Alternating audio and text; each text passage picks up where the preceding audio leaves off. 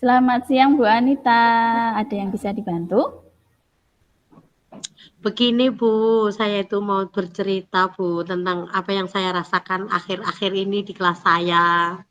Baik, Ibu Anita mau cerita apa? Akhir-akhir ini saya itu merasa murid di kelas saya itu kurang antusias Bu dalam mengikuti pelajaran dari saya. Selain Hmm, itu jumlah murid yang mengerjakan tugas dari saya itu menurun drastis hanya 50%. Mereka hmm, itu tidak mengerjakan dengan berbagai alasan. oh gitu. Seperti itu. Jadi menurut Bu Anita nih, apa yang kita harapkan dari obrolan kita hari ini? Saya mengharapkan dari obrolan ini ada solusi atas permasalahan saya tentang antusiasme murid-murid yang saya ajar, Bu. Oke, jadi permasalahannya itu, kalau saya tidak salah, itu tentang menurunnya antusiasme siswa ya Bu saat belajar.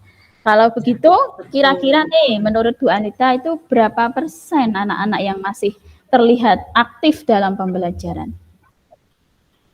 Sekitar 50-60% Bu yang masih 50 aktif sampai mengikuti pembelajaran. Oke, 50 Ya, sampai 60%. Berarti sekitar separuh lebih sedikit ya Bu ya. Oke. ya. Lalu lalu dengan melihat realita tersebut, hal apa saja yang membuat murid-muridnya Ibu itu kok merasa kurang antusias nih dalam belajar bersama Ibu? Kalau saya ingat-ingat kembali itu, mungkin hal yang menyebabkan murid-murid saya kurang antusias itu sepertinya dari pembelajaran yang saya ajarkan itu terlalu monoton mungkin nggih, saya terlalu dominan berbicara dan kurangnya penggunaan media yang menarik bagi murid, Bu. Oke, mungkin benar apa yang dikatakan Ibu bahwa pembelajaran yang monoton itu sepertinya itu bisa menurunkan antusiasme siswa seperti yang dikatakan Ibu tadi. Nah, karena Ibu Anita ini kan menginginkan siswa itu ada antusias ya belajarnya. Lalu kira-kira apa saja yang dapat membuat murid Ibu semakin semangat gitu buat belajar? Menurut saya, murid-murid saya itu pasti menginginkan pembelajaran yang asik, tidak monoton, student center, kemudian juga mungkin juga lebih menantang juga ya Bu pembelajaran yang saya ajarkan itu. Ya, sependapat saya dengan Ibu. Kita sebagai orang dewasa aja kalau mengikuti kegiatan seminar, webinar gitu ya Bu ya. Kalau kegiatannya menarik kan juga antusias ya Bu. Lalu menurut pendapat Ibu, apa yang bisa membuat kegiatan itu asik dan nggak membosankan? Menurut saya, pembelajaran itu harus berpusat pada murid, kemudian juga diselingi ice breaking, sering menggunakan variasi media atau permainan edukatif supaya pembelajaran itu juga lebih menarik, Bu. Wes, setuju Bu. Setuju, anak-anak pasti akan menyukai hal-hal tersebut. Lalu tentang tugas tadi, Bu. Tugas tadi yang diberikan kepada murid-murid Ibu. Kira-kira apa penyebabnya sehingga kurang antusias dalam pengumpulan tugasnya?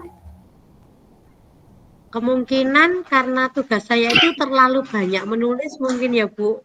Jadi mereka itu sepertinya menginginkan tugas dengan model lainnya, misalnya dengan sumber belajar variatif, Bu. Oke, kalau boleh tahu, Ibu menggunakan sumber belajar apa saja di kelas dan seperti apa itu Ibu tugasnya?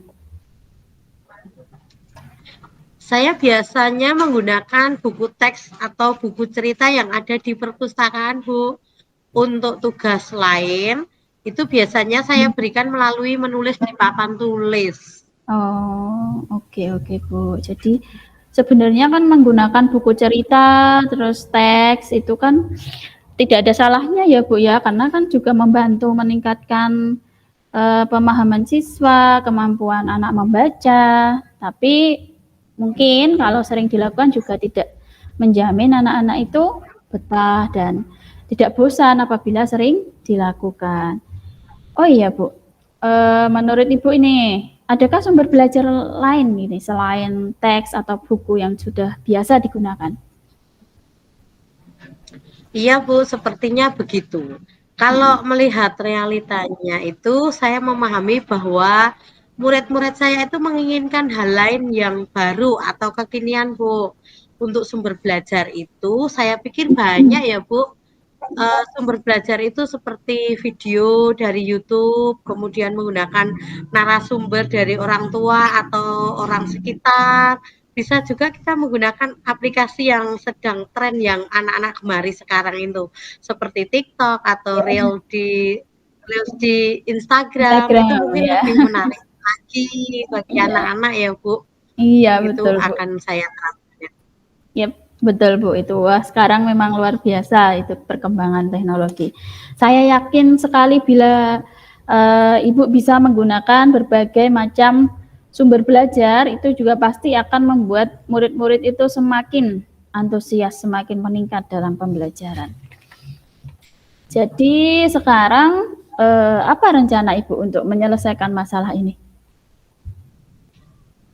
Yang pertama, itu saya merancang pembelajaran yang mengasihkan dengan menggunakan sumber belajar yang beragam. Tadi Bu, seperti video YouTube atau Hmm. mungkin dengan TikTok atau Instagram. Kemudian yang kedua itu saya akan memberikan tugas yang tidak terlalu banyak dan mungkin bentuk tugas saya juga sesuaikan dengan minat dan bakat murid-murid saya.